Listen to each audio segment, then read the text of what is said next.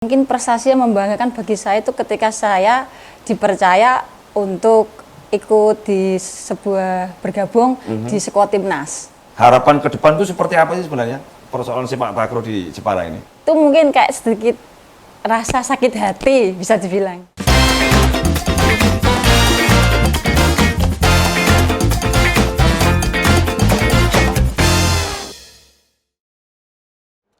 Assalamualaikum warahmatullahi wabarakatuh. Sedulur-sedulurku warga masyarakat Jepara yang saya banggakan, saya cintai, kembali saya bersama-sama untuk ngobrol-ngobrol bareng. Kali ini saya hadir bersama seorang wanita, seorang perempuan yang dilahirkan di Jepara juga, yang menekuni dunia olahraga. Atas ketekunannya, kegigihannya, keyakinannya menekuni bidang olahraga ini sehingga banyak memberikan manfaat, memberikan prestasi-prestasi dan membuat dirinya bisa menjadi anggota Polisi Republik Indonesia yang kebetulan bertugasnya adalah di Polres Jepara. Namanya Mbak Evana Rahmawati. Kalau saya boleh bercerita soal Mbak Evana Rahmawati ini, dulu 25 tahun yang lalu dia ini dilahirkan di desa Walahan ya. Walahan Pak, Kendeng Desa Sidialit. Walahan, Kendeng Sidialit tepatnya, Kendeng Sidialit. Menekuni dunia olahraga sejak Mbak Eva ini duduk di bangku sekolah dasar.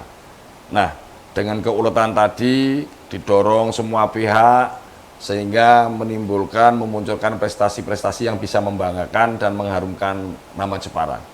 Nah, sedulur-sedulur semuanya, saya bisa mengenalkan latar belakang Mbak Eva ini.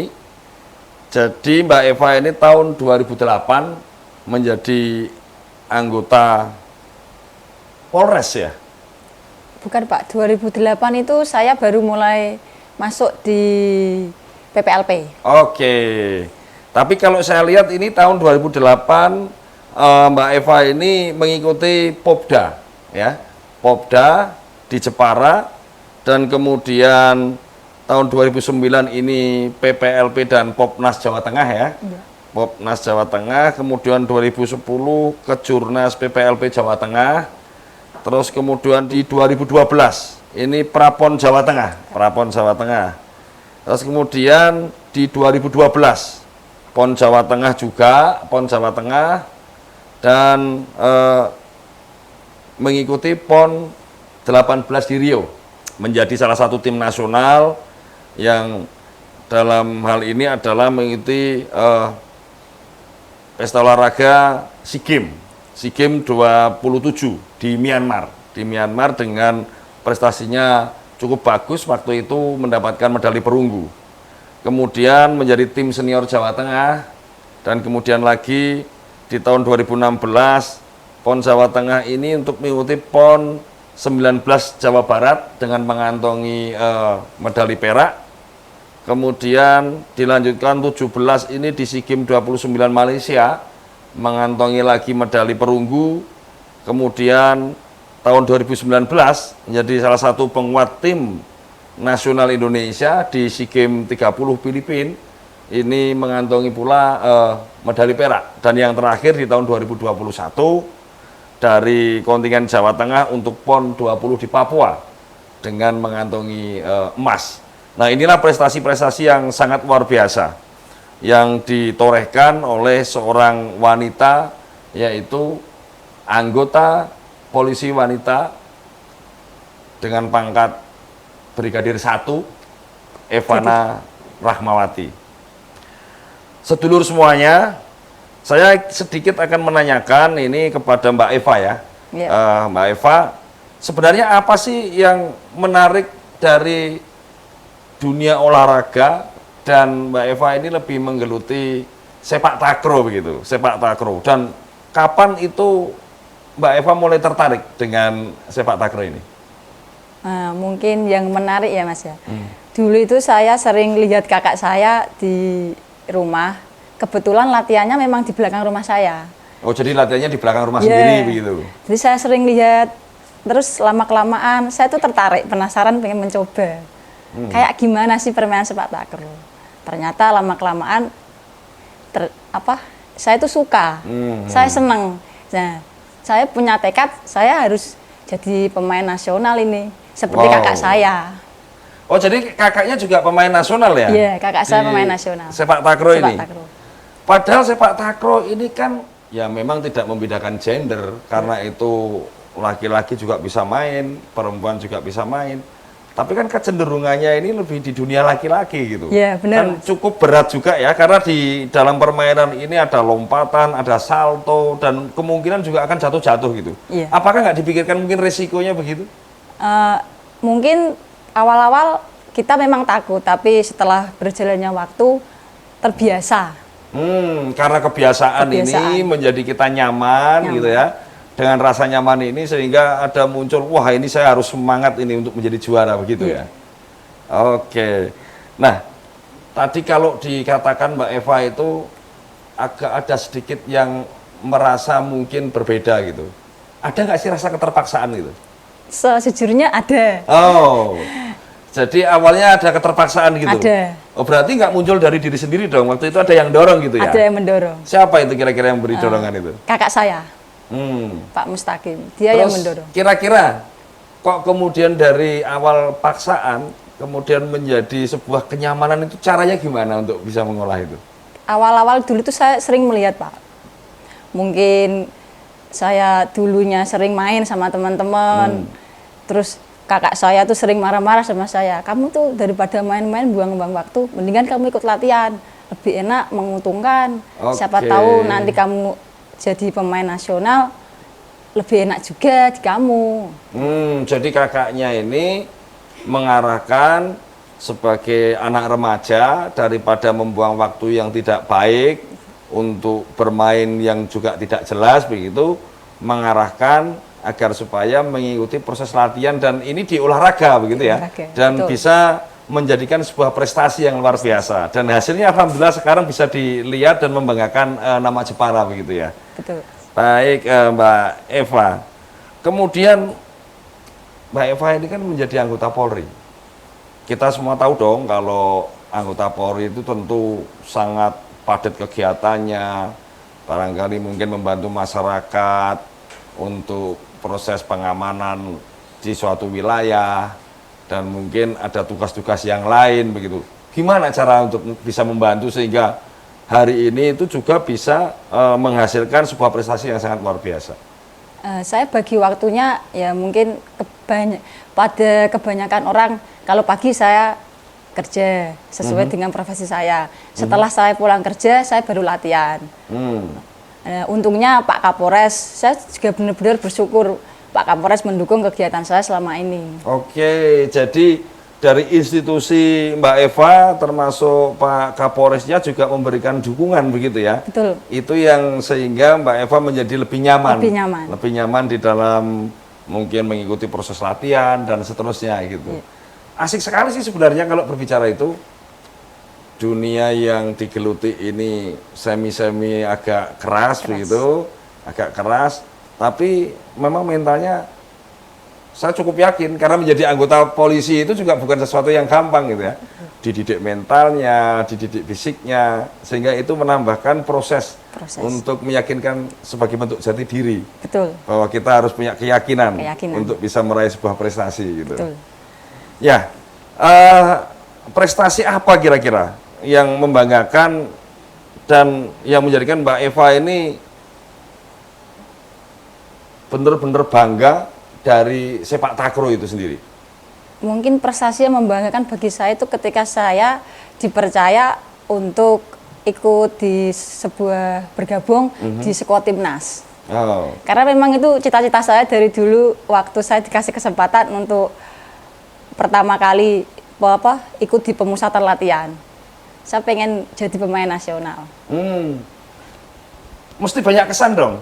Banyak kesan menjadi salah satu timnas yang tentunya itu kan menjadi sebuah gabungan dari beberapa daerah gitu. Apa sih yang paling mengesankan pada saat itu gitu? Sebenarnya itu mengesankan semua, Mas. Tapi yang paling saya ingat itu di Timnas Malaysia 2017. Oh, di Timnas pada saat itu di Malaysia ya? Iya. Di Malaysia 2017. Apa itu? Apa itu? Itu mungkin kayak sedikit rasa sakit hati bisa dibilang. Karena kita itu ketika kita semifinal sama tuan rumah, nah itu poin kita sudah memimpin di atas. Tapi bagaimana berupaya tuan rumah agar bisa memenangkan pertandingan, kita dicurangi. Oh gitu toh? Iya. Oh berarti ada rasa sakit hati gitu ya? Tapi kan sebagai atlet dan kita menunjukkan bahwa orang Indonesia itu kan orang sportif gitu ya. Apalagi orang Jepara ini kan, Jepara dengan kita kenal 3 tokoh wanitanya. Nah ini seiring ini. 3 tokoh wanita di Jepara itu mulai dari Ratu Sima, Ratu Kalinyamat, kemudian ada Raden Ajeng Kartini. Dan ini muncul Eva Rahmawati, luar biasa saya kira ini. Muncul Eva Rahmawati dan mestinya kita juga nanti akan ada muncul Eva-Eva berikutnya sebagai turunan Sima, turunan Kalinyamat, turunan Kartini begitu ya. Amin. Yang menorehkan prestasi-prestasi gitu. Nah, ada nggak yang mendorong Mbak Eva ini sehingga keinginannya begitu kuat itu? Figurnya siapa kira-kira yang bisa mendorong itu? Figurnya yang paling utama itu keluarga. Tapi yang paling benar-benar berpengaruh besar itu kakak saya. Oh gitu. Mesti harus berterima kasih dong sama kakaknya ini. Saya benar-benar berterima kasih. Soalnya kakak saya sudah mendampingi saya dari awal mulai saya terjun di dunia takraw sampai sekarang. Jadi selalu mengikuti? Selalu mengikuti. Termasuk prestasinya, termasuk memberikan arahan, mengevaluasi mana yang kurang, kayak begitu? Iya. Wah berarti luar biasa ini. Luar biasa. Di keluarga seperti apa sih sebenarnya? Sama bapak, ibu, mungkin dengan keluarga yang lain gitu? Di keluarga itu gimana ya Mas? Mungkin keluarga saya kan bukan keluarga orang berada. Mungkin sebagai pemicu semangat saya juga harus bisa meningkatkan derajat kedua orang tua saya. Dengan cara saya prestasi. Mungkin selain figur dari keluarga atau kakak saya juga mau mengucapkan terima kasih kepada pemerintah Kabupaten Jepara yang telah menyediakan sarana dan prasarana termasuk gedung olahraga juga. Itu sangat-sangat membantu kami untuk mengembangkan prestasi yang lebih baik lagi. Kalau tadi Mbak Eva cerita dari keluarga yang mungkin kurang berada begitu ya, kurang berada, tapi kok punya keyakinan yang kuat, itu sebenarnya apakah ada faktor lingkungan atau faktor yang lain yang mempengaruhi untuk tetap punya semangat yang tinggi itu? Ada. Apa itu? Dulu mungkin sering saya ketika kecil, kedua orang tua saya kan nggak punya uang. Nah, teman-teman saya itu orang tuanya udah pada punya kendaraan. Kamu paling nggak bakal bisa beli motor. Oh, terus ini menjadikan semangat yang luar biasa begitu ya? Iya. Berarti kalaupun toh kita sedang tidak punya duit begitu, tapi kita harus punya semangat dan keyakinan. Dengan keteguhan hati untuk memperjuangkan itu agar masyarakat itu tidak mencibir, tidak merendahkan begitu. Betul. Ya? Luar biasa, luar biasa. Terus kemudian yang terakhir ini, apa yang menjadi harapan Mbak Eva ini dengan sepak takraw khususnya yang ada di Jepara? Harapan ke depan itu seperti apa sih sebenarnya persoalan sepak takraw di Jepara ini? Harapannya untuk ke depan untuk sepak takraw, untuk kemajuan sepak takraw di Jepara, saya berharap sepak takraw di Jepara itu dikenal luas, Pak. Bukan hanya di kalangan di desa saya, Welahan. Mungkin selama ini dari beberapa Jepara di ujung lah, Bang Sri, Kembang, mungkin belum tahu sepak takraw itu apa, mereka tuh nggak tahu. Nah, saya punya harapan untuk pengembangan, nggak ada salahnya kita kayak di sekolah dasar ekstrakurikuler, mungkin bisa. Jadi lebih mengenalkan mereka kepada anak-anak kita yang masih duduk di, bukan hanya di SD ya, barangkali dikenalkan dari PAUD gitu. PAUD. Ini bola sepak takraw itu yang seperti ini, bermainnya dengan jumlah berapa, cara gamesnya itu bagaimana, jadi lebih dikenalkan kepada masyarakat luas begitu ya. Nah, Mbak Eva melihat selama ini apakah memang hanya di Welahan saja atau ada beberapa daerah yang lain yang sudah mulai ada gelagat atau mungkin geliat mereka untuk belajar dan menyenangi sepak takraw ini? Ini sih baru di Welahan aja. Oh, baru di Welahan aja. Yang tahu. Masa sih? Enggak loh. Saya ikut tersinggung loh. Saya orang Melongo juga ada loh yang di sana latihan. Melongo itu kalau saya boleh sampaikan di sini ya, Melongo itu ada desa Sekuro. Itu bagus juga takraw-nya. Ada desa Jambu. Jambu itu dulu Jambu, tapi sekarang kan pecah menjadi dua, dan Jambu Barat dan Jambu Timur. Itu ya, yang di Barat ini, desa Jambu ini juga mereka itu di sekolah-sekolah dasar mulai dikenalkan, dan di setiap kegiatan misalnya ada 17-an itu menjadi salah satu lomba yang dimunculkan. Ya memang 2 tahun terakhir ini enggak ya, karena pandemi begitu. Tapi kita nanti akan dorong bareng-bareng. Nah, harapannya tadi yang terakhir, kira-kira untuk memberikan semangat kepada warga kita, anak-anak kita ini, para remaja, untuk menyenangi dan menggeluti dan mengejar prestasi di sepak takraw ini seperti apa? Kira-kira kalau berpesan sama mereka begitu. Mungkin banyak hal positif yang kita, maksudnya banyak hal positif di luar sana yang bisa kita lakukan. Biasanya kan pemuda untuk sekarang ini pasti lebih memilih ke main HP, Mobile Legends. Daripada kita bermain HP, mending kita berlomba-lomba untuk mengasah potensi diri dan kreativitas. Ya. Untuk misalnya ada nggak harapannya mungkin di sekolah-sekolah itu biar supaya membuka ruang ekstrakurikulernya lebih dioptimalkan begitu ya? Ada, saya berharap banget semoga yang sudah ada lebih ditingkatkan lagi, dan yang belum ada semoga diadakan. Oke. Luar biasa ini. Sedulur sekalian, warga masyarakat Jepara khususnya yang saya cintai, saya banggakan. Jadi prestasi itu tidak muncul ujuk-ujuk. Prestasi itu butuh proses, butuh kerja keras, butuh keuletan, butuh keyakinan yang disertai tentunya dengan doa. Nah, kalau berbicara ini, tadi Mbak Eva menceritakan banyak hal, termasuk di dalamnya adalah pengalaman-pengalaman yang menjadikan penyemangat sehingga saya harus mampu menjadi juara. Begitu. Tadi sempat diceritakan, mungkin bisa dikatakan dari keluarga yang tidak begitu ekonominya kuat. Tapi dengan keuletannya, dengan keyakinannya, dengan keteguhannya, serta kegigihannya ini bisa kita lihat bersama. Banyak prestasi yang sudah diraih, sehingga saya mengajak para sedulur sekalian, khususnya yang sudah senior-senior lah, saya nggak mau mengatakan orang tua begitu ya, senior-senior, tapi buat anak-anak kita ini mau menjadi orang tua.